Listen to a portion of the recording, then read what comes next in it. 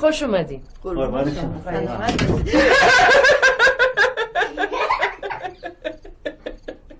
این هم یه چرا نمیامده.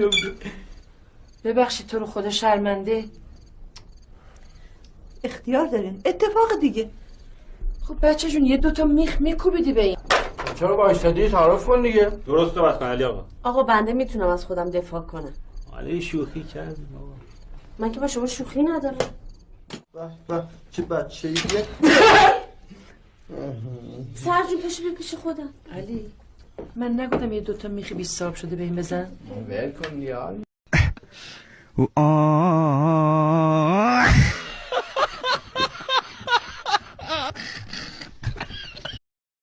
هلو هی عید مبارکی و مردم خبر داره نداره عید شده کیسته